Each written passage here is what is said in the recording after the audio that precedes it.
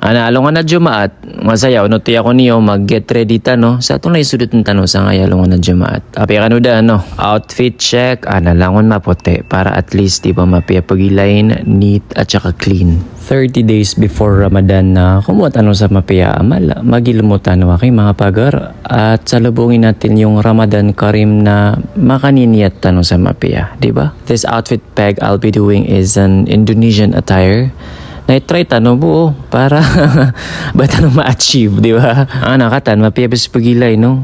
All white tapos with matching black na color. It's a perfect combination, by the way. Siyempre, hindi magiging perfect yung look natin kung wala yung tinatawag nilang kopya tigong mga locks. Sa kuwata ko na ginarip sulut na maakan na iman to, miya locks ta na ginani. Sulut nta, o di ba bagay, lagi do dato, mata nga miya nulo-solo. Dato bala ni.